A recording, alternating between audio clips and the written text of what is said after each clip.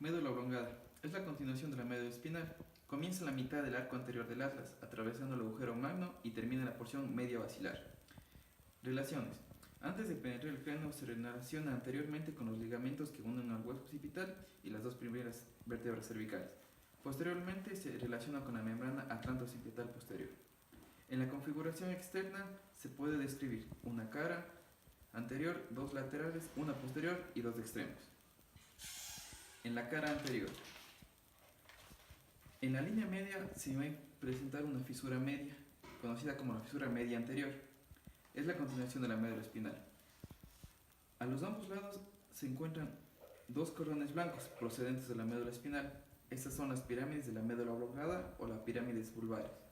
Las pirámides vulvares están limitadas por el surco anterolateral y en este surco parten de 12 a 10 filetes radiculares del nervio hipogloso.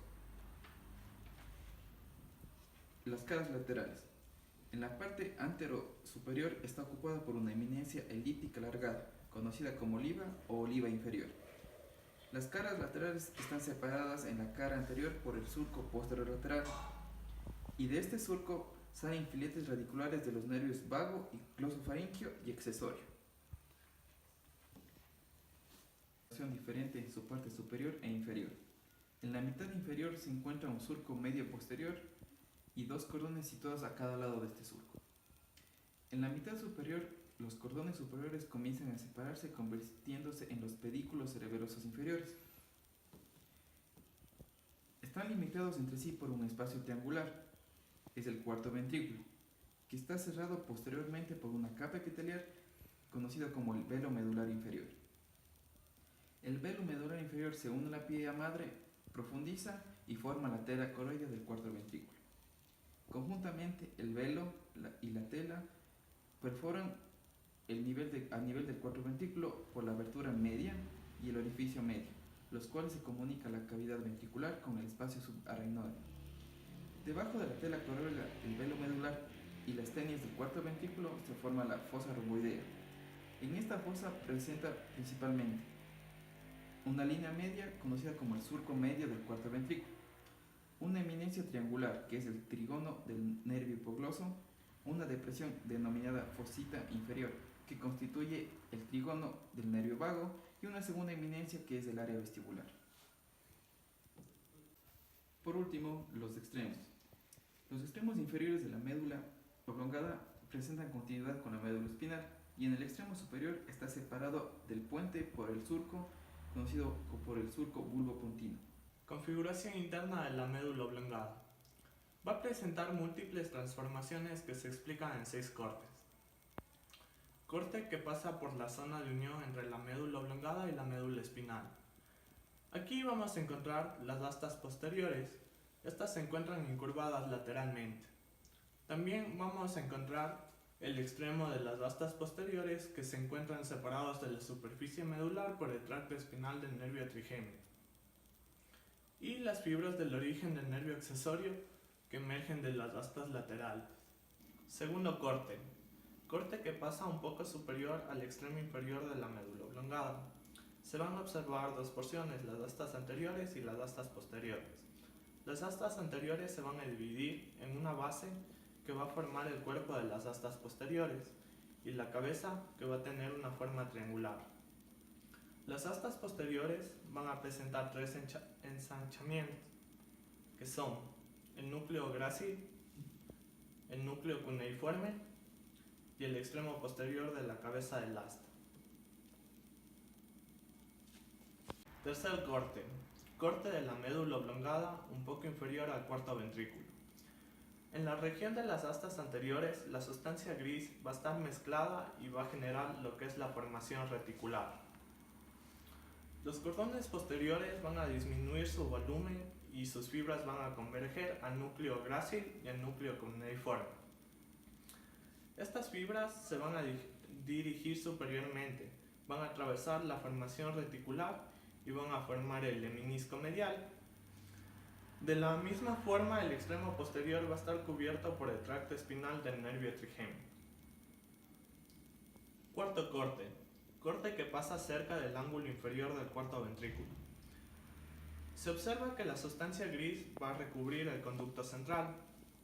Además, se va a observar el núcleo del nervio hipogloso.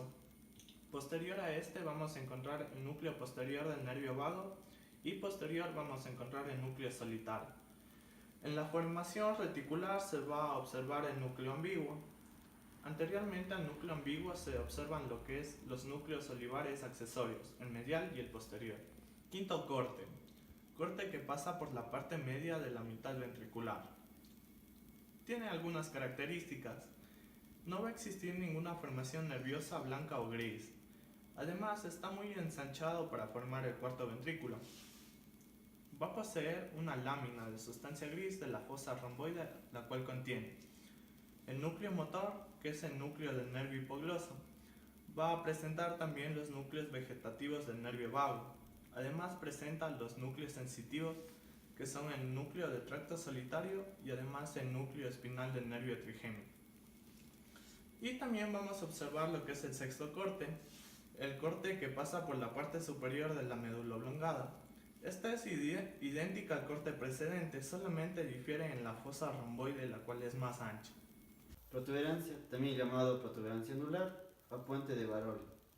Es la porción del tronco del encéfalo que se ubica entre el bulbo raquídeo y el mesencéfalo.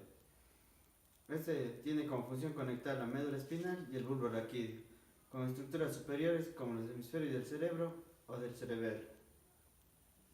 La configuración externa, aquí encontraremos una cara anterior, una cara posterior y dos caras laterales. Cara anterior. Está constituida por un rodete voluminoso, estriado transversalmente formado por fibras transversales y convexas en sentido vertical y transversal a la vez. Esta separa de la médula oblongada por el surco volvo-pontino y de los pedúnculos cerebrales por un segundo surco, el surco pontopendicular. Esta cara presenta sobre la línea media un ancho surco longitudinal denominado surco basilar. Los bordes de este surco están elevados por el paso de los tractos piramidales a través del puente. Laterales al surco basilar encontramos los rodetes piramidales laterales. Son continuación de la cara anterior que se incurva a cada lado, superior y posteriormente para comunicarse con los pedúnculos cerebelosos medios. Aquí podemos encontrar lo que es el nervio trigémino, las raíces del nervio trigémino, la porción motora y la porción sensitiva. En el límite entre la cara lateral encontramos también los pedúnculos cerebelosos medios que se disminuyen de anchura de anterior a posterior y ocupan solo la parte inferior lateral de las caras del puente.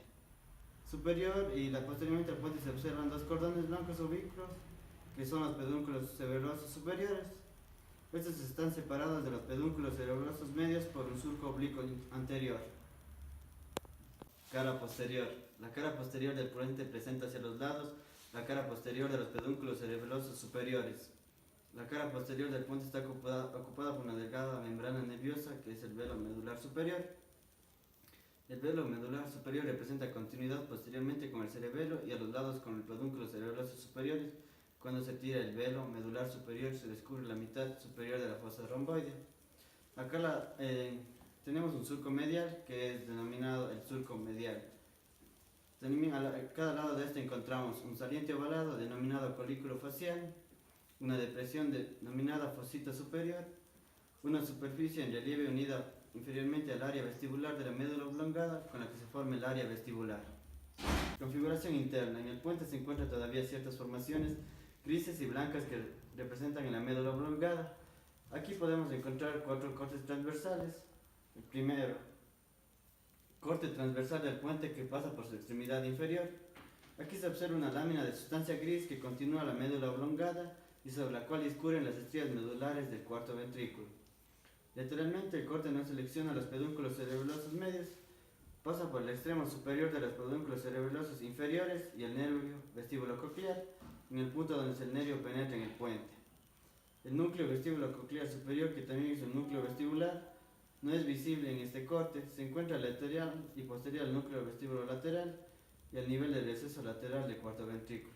Anteriormente a la sustancia gris de la fosa romboidea se encuentra la formación reticular que continúa de la médula oblongada. En la parte anterior de la formación reticular y posterior al tracto piramidal, el corte selecciona el extremo superior de los núcleos olivares inferiores de la médula oblongada y el haz de fibras longitudinales denominado tracto tegmental central. El espacio interolivar está ocupado por el lemnisco medial.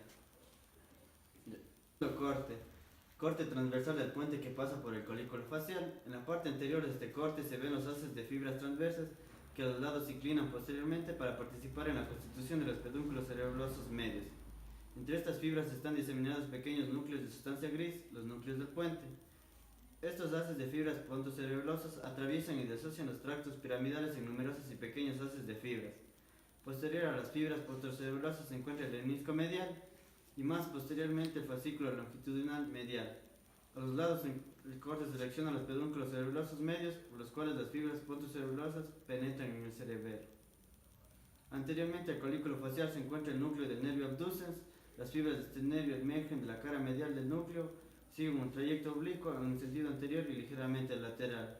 En la formación reticular un poco lateralmente al lemnisco medial, el corte pasa a través del tracto segmental central. Tercer corte que pasa por la emergencia del nervio trigémino. Presenta la misma disposición en el corte anterior en cuanto a los tractos piramidales. Las fibras pontocerebelosas, el tracto tegmental central y el lemnisco medial. El lemnisco medial está considerablemente alargado en sentido transversal. Está situado posteriormente a las fibras pontocerebelosas. Lateral se ve engrosado por las fibras del tracto espinotalámico que forma el lemnisco espinal. El lemnisco lateral se inclina posterior y superiormente. El núcleo del nervio abducen, así como el núcleo olivar inferior, han desaparecido. El nervio trigémino emerge del puente de la unión de su cara anterior con sus caras laterales. Se describen en él dos raíces. Una es lateral y sensitiva, la otra es medial y más pequeña es la motora. 2. Corte transversal del puente que pasa inferior a su extremo superior. Este corte selecciona el extremo anteroinferior de los pedúnculos cerebelosos medios y superiormente a estos los pedúnculos cerebelosos superiores. El cuarto ventrículo bordea lateralmente por estos pedúnculos. El lemnisco medial es todavía alargado transversalmente y el lemnisco lateral emerge a lo largo del surco lateral del pedúnculo cerebral, que separa a este nivel el pedúnculo cerebeloso medio del pedúnculo cerebeloso superior. Posteriormente, el punto de unión entre el lemnisco medial, el lemnisco lateral y lateral al tracto segmental central, se observa un cúmulo de sustancia gris, que es el núcleo olivar superior o complejo olivar superior. Posterior al lemnisco medial, es decir, sobre su cara posterior, se extiende transversalmente desde el núcleo olivar superior a otro, un haz de fibras transversales, el cuerpo trapezoide. Medial al núcleo olivar superior, algunos cortes muestran una pequeña masa de sustancia gris, el núcleo del cuerpo trapezoide.